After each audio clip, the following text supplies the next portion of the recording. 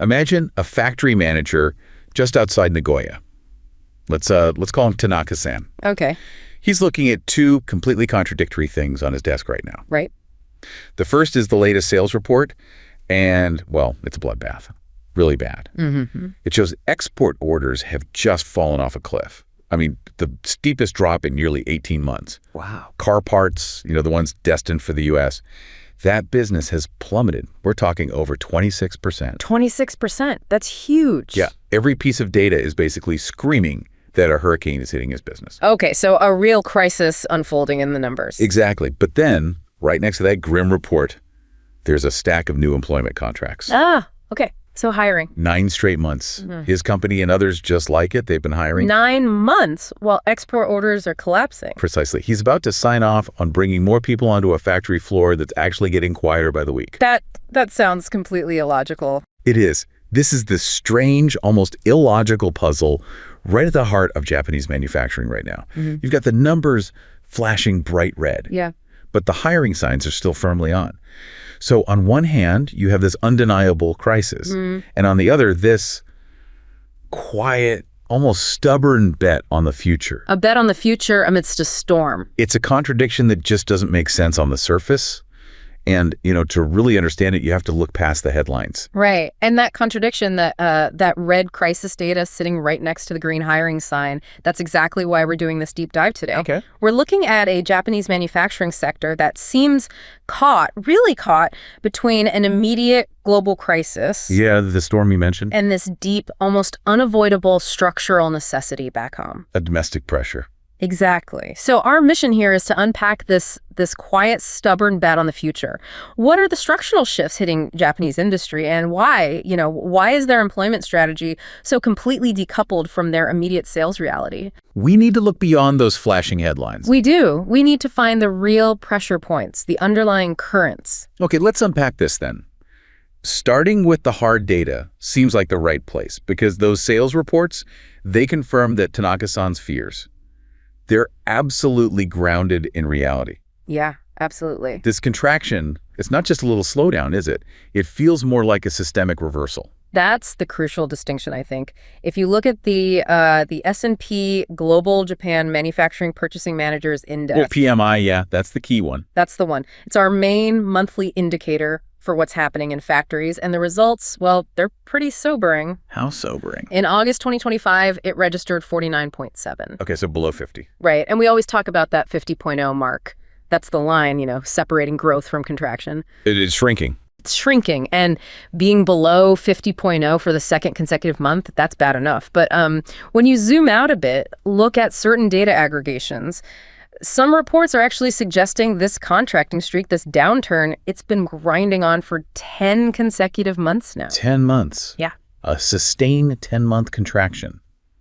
That sounds deeply worrying, especially for an economy that relies so heavily on exports. It really is. Does the data give us any clues about where the pain is actually coming from? Is it like a domestic slump, or is it the foreign customers hitting the brakes? Oh, it's overwhelmingly pain coming from outside Japan, external markets. Okay. I mean, the most concerning piece within that overall PMI data is the really sharp drop in new export business. That's the core of it. It is. It registered its steepest decline in nearly 18 months.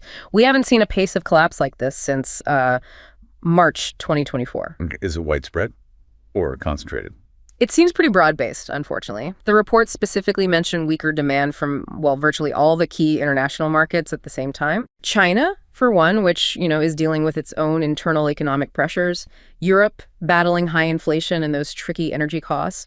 And, critically for Japan, the United States. The U.S. market. And when we talk about the U.S., we absolutely have to talk about the automotive sector, right? I mean, that's kind of the heart and lungs of Japanese exports. That absolutely is. So is the pain in that specific sector proportional to the overall export decline, or is it worse? It seems disproportionately severe. Much worse. Really? Yeah, recent government data showed that overall Japanese exports in July had their largest drop in over 4 years. 4 years. Okay. And that massive decline was almost entirely driven by plummeting automobile shipments aimed right at the U.S. market. You mentioned the 26.7% figure earlier. Exactly. Car exports to the U.S. plummeted by 26.7% just in recent months. This isn't, a slight dip or a blip. No. This represents hundreds of thousands of vehicles, billions and billions of yen, suddenly just gone from the balance sheet. And given how reliant Japan's big automakers are on North American sales, this hit is brutal. Yeah. And it's immediate. There's no lag. Okay, so when you have contraction numbers this bad, this severe, you'd expect Japanese CEOs, who are, let's be honest, historically pretty cautious. Yeah, very cautious, yes. Yeah, you'd expect them to be sounding the alarm bells loud and clear. But are they just being typically pessimistic, or is this particular drop in confidence reflecting something deeper, like almost existential dread? That's a really good question. And while, yes, caution is almost a national trait in Japanese business, Right. the data here suggests something, I think, beyond just standard cyclical worry. Business confidence overall has slipped to a 3-month low. Okay. And the concerns that executives are citing, they aren't just about temporary market fluctuations. They're pointing to the sort of trifecta of long-term structural problems. Like what? Well, weak customer demand. Yes, that's there. But also the persistent drag of Japan's aging population. The demographic challenge. Exactly. And those looming politically charged U.S. tariffs. These aren't just temporary speed bumps they're worried about. These feel more permanent. Right. And the Bank of Japan, they do that big quarterly Tankan survey. But it really put some numbers on that psychological impact, didn't it? Especially looking at the large manufacturers. It absolutely confirms the sense of, well, maybe not dread, but deep unease.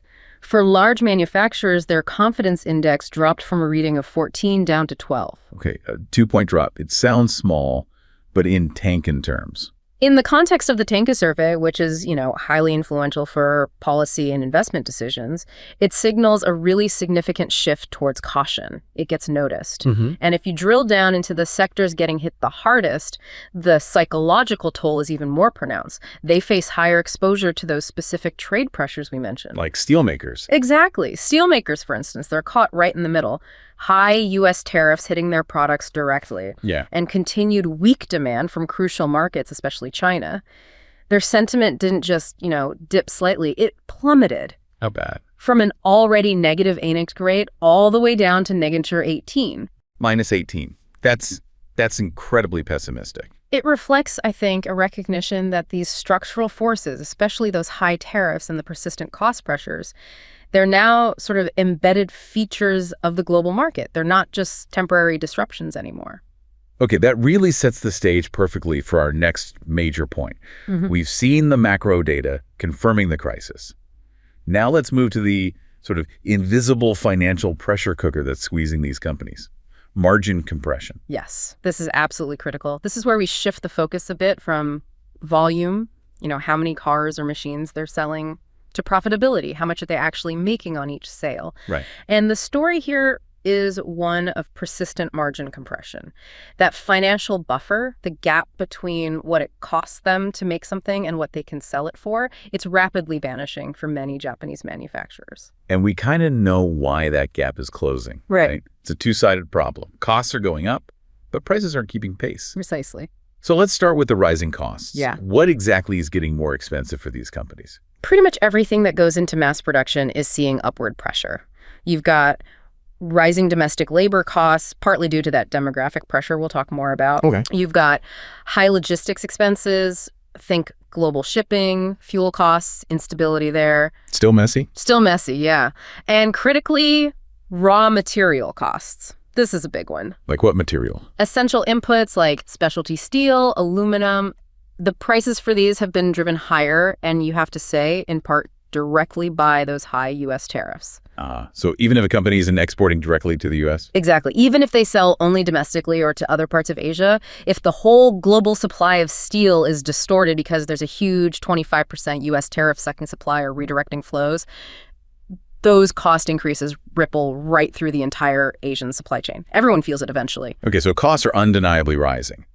But the other side of the squeeze is that they seem to have very limited pricing power. They can't just pass those higher costs onto their customers. That's the painful reality. Selling prices, on average, rose at the slowest pace in over 4 years. 4 years? Why? Why can't they charge more? Well, Partly, it's intense global competition. You've got highly efficient manufacturers in China and South Korea keeping a lid on prices globally. Right. But maybe even more acutely, certainly within Japan, it's the power dynamic within the supply chain itself. Meaning the big companies versus the smaller ones. Exactly. The huge automotive giants or the big electronics firms, they're simply requesting, or let's be honest, sometimes outright demanding steep discounts from their smaller, more specialized suppliers. They pass the pressure down the chain. Okay, so when we talk about abstract terms like limited pricing power and margin compression, it sounds very economic. But we need to remember the actual people, the business owners, facing this day-to-day pressure. Yes. This really reminds me of the situation facing that metal stamping factory owner you mentioned, Mr. Tanaka, in Higashi, Osaka. Yes, Mr. Tanaka. His story, I think, perfectly encapsulates the structural strain we're talking about. It makes it very real. Tell us about his situation. His company is the definition of, high-quality Japanese manufacturing, precision specialization. They make absolutely crucial components for car braking systems. Tiny parts, but essential. Okay, critical stuff. But that specialization, it doesn't shield him. Not at all. It doesn't protect him from these larger macroeconomic pressures. He's right in the thick of it. So how is he being squeezed? You said it's literal. It is. He's facing demonstrably rising costs for the specialty steel he needs. It's a core ingredient for his precision components. He can't skimp on it. Right. Yet his buyer, who is a giant Tier 1 automotive supplier, they are flatly refusing to accept any price increase from him. They just say no. They essentially tell him, look, we're facing razor-thin margins ourselves because of global competition and those plummeting sales in the U.S., so you need to absorb the cost increase. Wow. So the pressure just cascades down. And that's the real tragedy, the human cost of margin compression. Mr. Tanaka is left with these impossible choices. Does he compromise on the quality of the specialty steel to lower his input cost? That risks his reputation, the integrity of a braking component. Can't do that. You really can't. Does he sacrifice his own personal income, the family's legacy? Or worst of all, does he consider laying off employees, people who might have been with his family's business for decades? That's agonizing. It really is. This isn't just, some number eroding on a spreadsheet. It's the agonizing erosion of a family legacy, a deep-seated sense of responsibility to his town, to his staff. It highlights a fundamental vulnerability in the system. Yeah, the smallest, most specialized players, they end up bearing the heaviest and most immediate burden from things like global trade wars and structural inflation. They're on the front lines. That makes the financial pressure incredibly vivid. But okay, let's shift perspective slightly. The large Japanese exporters, the Toyotas, the Panasonics, the ones who aren't stuck as subcontractors like Mr. Tanaka, they have a pretty sophisticated way of handling these kinds of external financial shocks, right? This brings us to the mechanism known as pricing to market. Yes, that's right. Pricing to market is essentially how the major Japanese exporters, particularly in those big sectors like heavy machinery, automotive, electronics, how they try to balance the volatile yen exchange rate with their desire for, stable export volume and acceptable profit margins. So it's a balancing act. It is. To put it simply, they try to avoid the two extremes when the currency swings wildly. Okay, what are those two extremes they're trying to avoid? Okay, extreme number one. Let's say the yen depreciates significantly, gets weaker. They could just keep the foreign currency price, say the dollar price of their cars in the U.S., exactly the same. Right, that would keep sales steady. It would protect their sales volume in the U.S., definitely.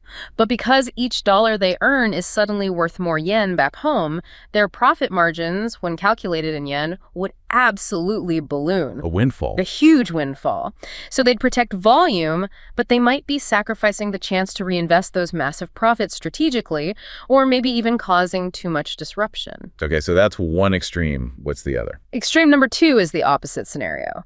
Let's say the yen appreciates strongly, gets much stronger against the dollar. They could try to maintain their profit margin in yen terms perfectly. How would they do that? Well, to do that, they'd have to drastically raise the dollar price of their exports to compensate for the stronger yen. But that would kill sales. Exactly. That would protect their yen profit margin on each unit sold, but it would immediately crash their export sales volume. Customers in the U.S. would just switch to cheaper alternatives from, say, Korea or Europe or domestic producers. Okay, so pricing to market is navigating that middle path. They don't keep foreign prices static, and they don't fully pass on the exchange rate changes. They strike a balance. That's it. They're trying to balance maintaining profit margins with maintaining sales volume. So how much of the exchange rate fluctuation do they typically absorb? Is there a rule of thumb? The analysis suggests they absorb roughly half the change in the exchange rate.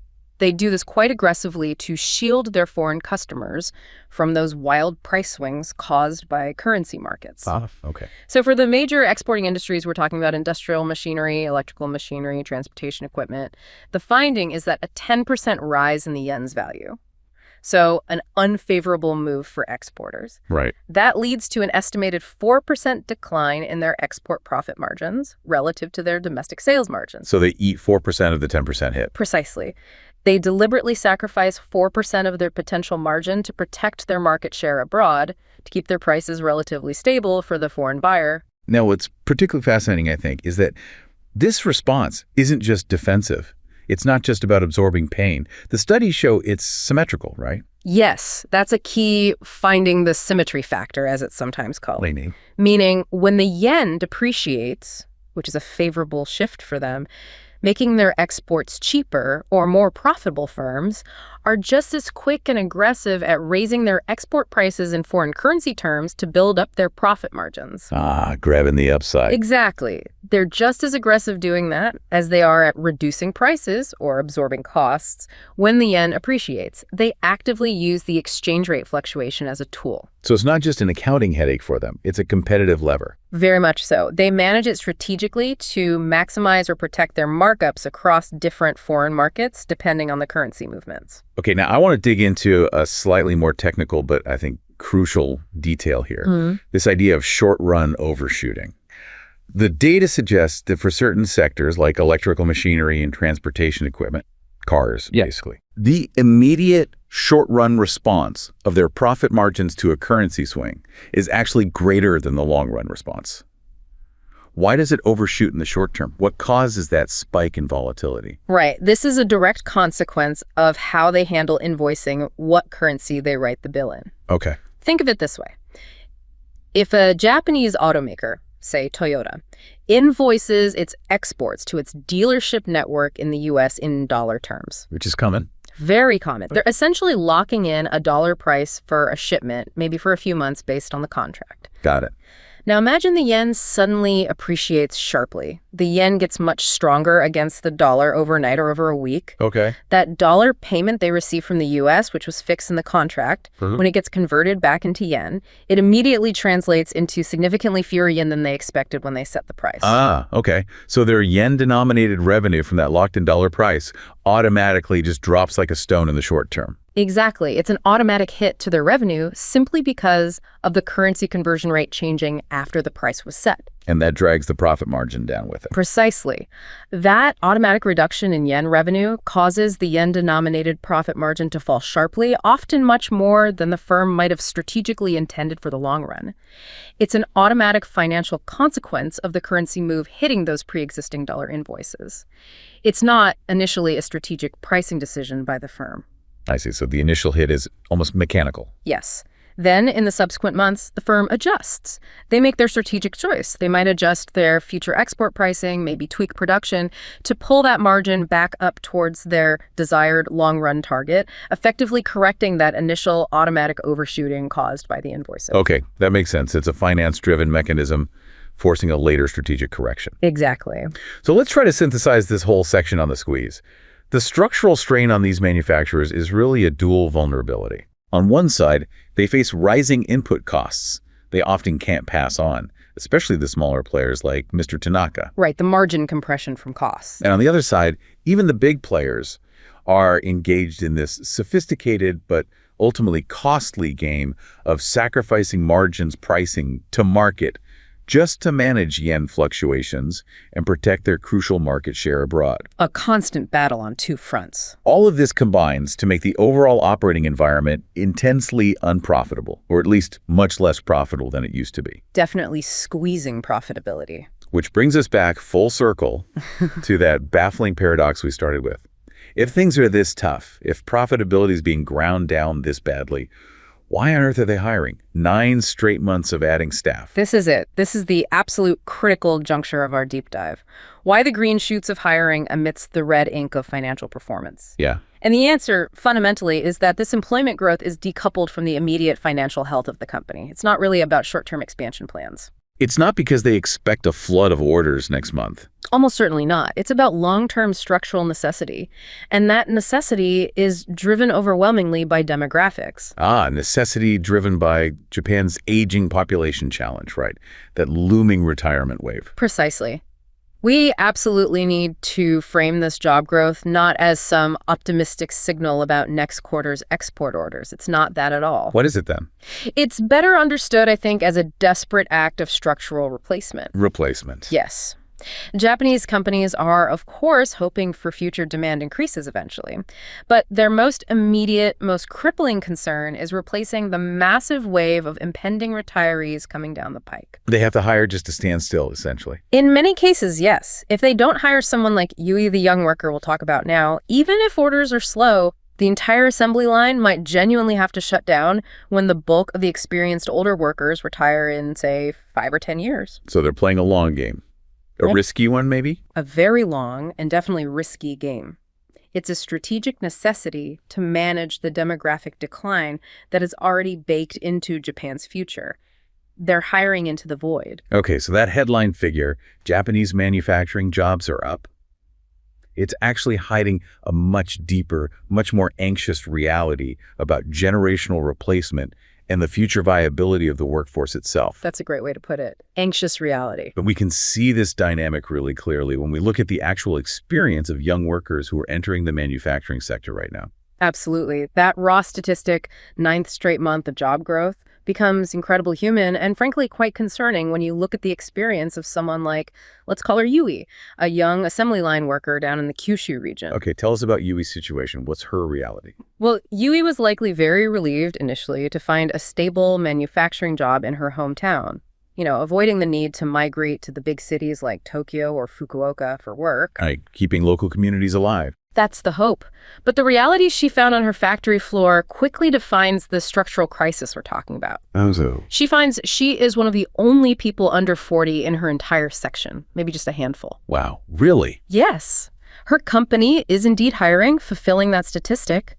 But on the ground, it feels less like they're ramping up for exciting global growth and much more like this constant, almost desperate scramble to fill the gaps being left by the aging, retiring workforce. So the hiring feels like plugging holes, not building new wings. That's exactly the feeling, and the irony is palpable. What's the irony? The older workers she talks to, they recall the boom years, running 3 shifts flat out just to meet export demand. But now, Yui sees her own assembly line frequently slowing down, sometimes even shutting down early for the day. Oh. Why? Because the foreign orders, particularly from the U.S., have dried up so much. Oh, that must be incredibly unsettling for her. It creates this deeply unsettling sense of anxiety for young workers like Yui. You have to ask, is she actually building a long-term career here? Or is she just a temporary placeholder in what might be a gracefully declining industry, at least in terms of its traditional export model? Right. Is her town's future secure? Exactly. The job growth figure, seen through Yui's eyes, is a direct reflection of Japan's demographic crisis. Companies feel they must hire, even if the work isn't fully there right now, just to keep the organization staffed and functional in the medium term. That's a really powerful perspective shift on that statistic. And this structural labor shortage, this desperate need for workers, it also helps explain where capital investment is actually flowing, right? Yeah. Even while corporate earnings are getting hammered by tariffs and squeezed margins. Yes, exactly. If you simply cannot find enough young people like Yui to replace the retiring generation, what's the only other solution? Automation. Technology. You have to automate the tasks that Yui's older, experienced colleagues use to perform manually. And this is why investment in software, in particular, remains surprisingly robust. It's seen as the primary solution to the demographic problem. What kind of software are we talking about here? Is this just like basic accounting programs or inventory management? Oh, far from it. This isn't just about back office efficiency. This is deep structural investment in labor-saving, productivity-enhancing technology right on the factory floor. Like what specifically? We're talking about sophisticated stuff. Yeah. AI and machine learning algorithms for predictive maintenance, trying to anticipate breakdowns before they happen. Advanced robotics integration, getting robots and humans to work seamlessly together, and highly complex manufacturing execution systems, MES software, that can coordinate entire production lines with minimal human oversight. Okay, so high-level automation tech. Yes. And crucially, this spending is somewhat decoupled from the usual short-term financial fluctuations, because it's viewed as a long-term existential necessity. The demand for automation, driven by the labor shortage, is so intense, so fundamental to future survival, that it's essentially insulating this type of capital expenditure from being heavily influenced by falling corporate earnings or those dips in foreign demand. They feel they have to do it, regardless of the current P&L statement. So manufacturers, or at least the ones who can afford it, have made a kind of strategic calculation here. It seems so. The short-term pain from exports is real, it hurts, but the long-term demographic crisis, the hollowing out of their workforce, that's perceived as more threatening, more fundamental. That appears to be the calculation, yes. So the hiring and the software investment, they're both strategic moves aimed squarely at surviving the labor crisis, almost irrespective of what global trade is doing at this exact moment. Precisely. They're investing heavily in technology to try and increase efficiency and output per worker, hoping that can offset the inevitable future decline in the total number of workers. This underlying stubborn optimism we see, it seems rooted in technology and structural reorganization, not really in the hope of an immediate V-shaped export rebound. That makes a lot more sense of the contradiction. Okay, so that focus on internal structural issues brings us squarely to the external forces that triggered the immediate crisis, namely that trade policy whiplash coming out of the United States. Yeah. Let's really detail the severity of those tariffs that hit the sector so hard. Right. The tariffs were, frankly, devastating and very specifically targeted. It started when the U.S. imposed a 25% tariff on steel and aluminum imports globally, including from Japan. Okay, hitting input costs first. Exactly. That immediately drove up input costs for countless Japanese manufacturers, not just the direct exporters, but then came the really big one. The auto tariffs. Yes. This was followed by the threat and then the eventual implementation of a punishing 25% tariff on automobiles and auto parts imported from Japan. There was an initial 10% rate, but that apparently wasn't enough to force the negotiation outcomes the U.S. wanted, so it was hiked to 25%. 25% on cars and parts. Right. And the financial impact on the major Japanese automakers must have been immediate and just staggering. It really threatened the fundamental stability of the entire industry, which is so central to Japan's economy. The estimated total hit to the operating profit of just the top 6 Japanese automakers, it was calculated at a colossal 2.6 trillion for the fiscal year 2025. 2.6 trillion yen, just from that one tariff. Just from that tariff impact, yes. Yeah. To put that in perspective for individual companies, Toyota, the largest and arguably most resilient, they faced an estimated hit of 1.4 trillion yen. Wow. Honda was looking at something like 450 billion yen wiped off their profits.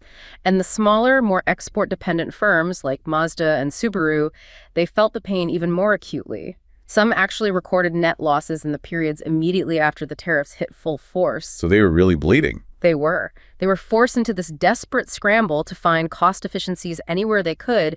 And as we discussed earlier with pricing to market, they had to heavily sacrifice their export profit margins just to keep some sales flowing. Okay, this intense pain obviously forced some kind of resolution, which came in the form of the Tokyo-Washington Agreement in July 2025.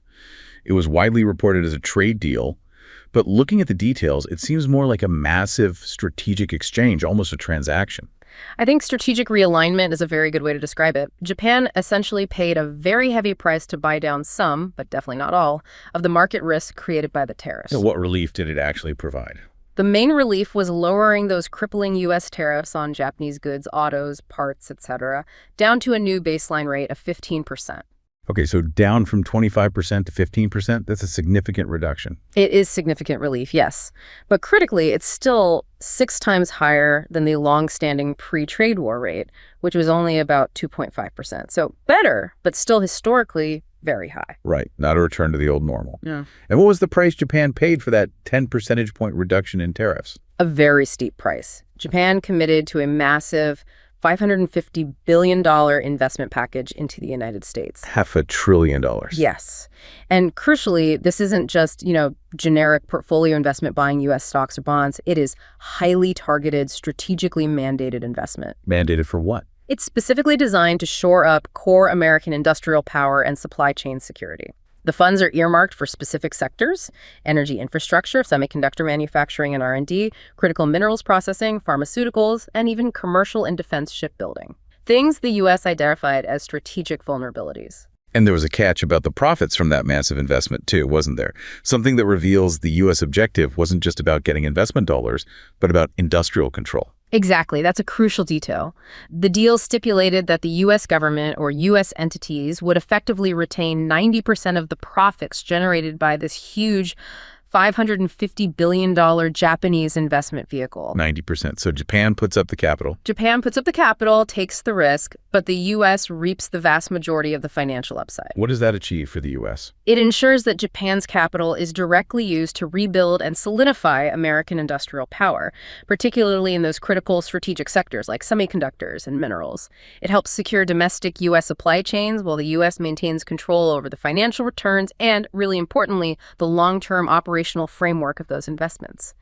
It was, in effect, a kind of strategic tax designed to realign global manufacturing dependence away from potential rivals. Wow. Okay, so even with that deal in place, this sort of expensive patch, the experience of living under those 25% tariffs seems to have created lasting damage, maybe what you could call scar tissue on corporate strategy, forcing companies to permanently rethink their supply chain configurations. Absolutely. The acute pain, the immediate crisis was addressed by the deal, but the underlying chronic condition, the awareness of extreme supply chain risk due to geopolitics, that remains. And you can see this firsthand if you talk to people in the logistics hubs, right? The ports. Yes, when you look at the accounts from logistics managers on the ground, the long-term shift in thinking becomes really undeniable.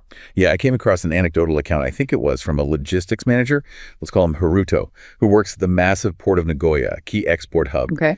He described the period when that 25% auto tariff first hit as just controlled chaos. Yeah. Utter pandemonium, basically. I can imagine. He said he saw massive orders being canceled literally overnight. Huge, lots of brand new vehicles that were already earmarked for shipment to Los Angeles. Suddenly they had nowhere to go, just clogging at the port facilities while the manufacturers desperately scrambled to find alternative buyers in Europe or Southeast Asia, anywhere but the U.S. That kind of acute shock, that level of disruption, it creates a permanent memory within corporate strategy departments. You don't forget that easily. It seems not, because Haruto said the deal, the reduction to 15%, it brought palpable relief, obviously. But crucially, he said it didn't rewind the clock. It didn't undo the strategic shift. What did he observe? He observed that his American corporate counterparts, the importers, the dealership networks, they are now accelerating permanent plans to source more parts domestically within the U.S. or from nearby Mexico. They want to avoid ever being that vulnerable again to sudden geopolitical tariff risk coming across the Pacific. And that observation, I think, is absolutely central to our analysis here. The Tokyo-Washington Agreement was a necessary patch. It stopped the immediate bleeding. But the wound created by that trade war has led to lasting scar tissue. Scar tissue meaning? Meaning companies have fundamentally started to reconfigure their global supply chains to be less reliant on that traditional Japan to U.S. export flow, especially for bulky, high-value items like cars.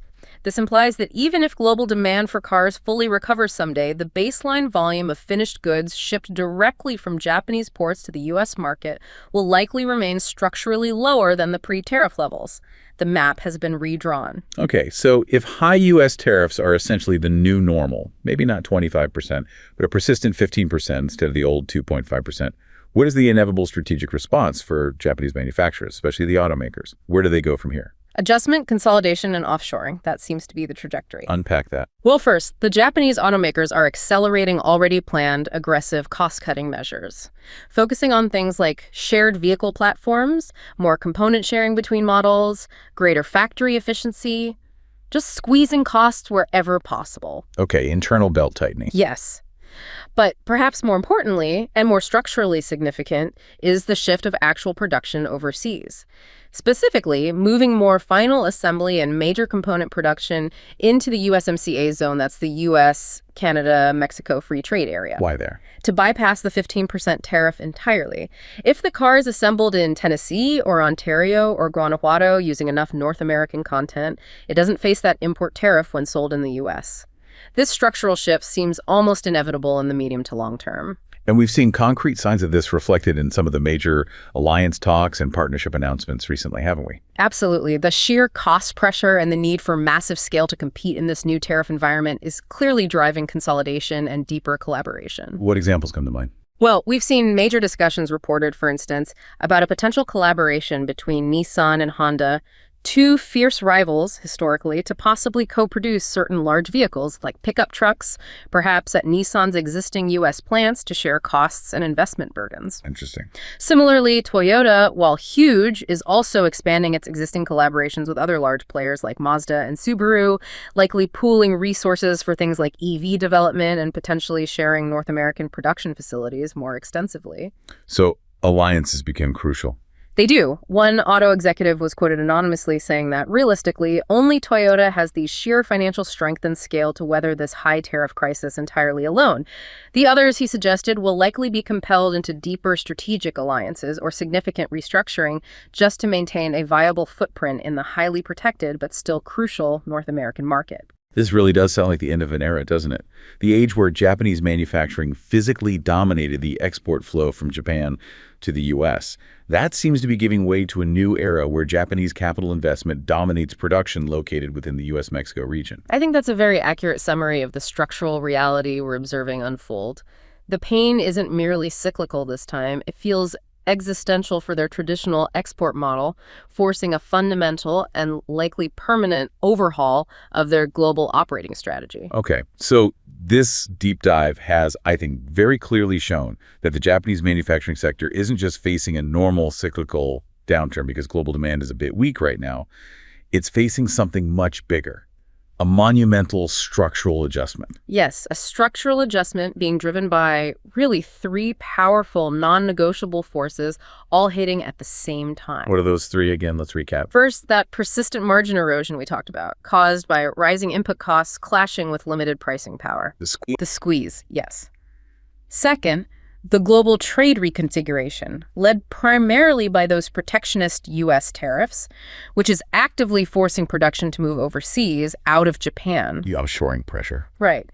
And third, overlaying all of that, is the inescapable domestic demographic necessity, the urgent need to replace that rapidly aging and retiring workforce back home. The demographic imperative. Exactly. Those three forces are converging right now. And that ultimate irony we started with, Tanaka-san looking at terrible sales data, and yet still signing those 9 months worth of hiring contracts. Yeah. That hiring is actually the least intuitive indicator of this entire complex situation. It's not what it looks like on the surface. It really isn't. Him signing those contracts is not some optimistic prediction of an immediate export rebound just around the corner. What is it then? It is a calculated, high-stakes, and very long-term bet. It's a strategic wager. A bet on what? It's fundamentally a bet on Japan's own ability to successfully navigate its demographic transition, primarily through rapid, robust investment in automation, robotics, and software, while simultaneously trying to manage and slow down the inevitable hollowing out of its traditional industrial export base to foreign shores. So, the internal force of demographic necessity, pushing them to hire and automate, versus the external force of global headwinds, pushing production away. That's the tension right there. And the ability of Japan's manufacturers to sustain these employment levels, to keep hiring people like Yui and her peers, to keep those factories staffed. It really hinges not on some magical return to the golden age of free trade, because that seems unlikely now. What does it hinge on then? It hinges entirely on whether that internal drive, the demand for labor-saving software and automation investment, can successfully generate enough productivity gains to offset the massive revenue hits caused by these persistent, high foreign trade barriers.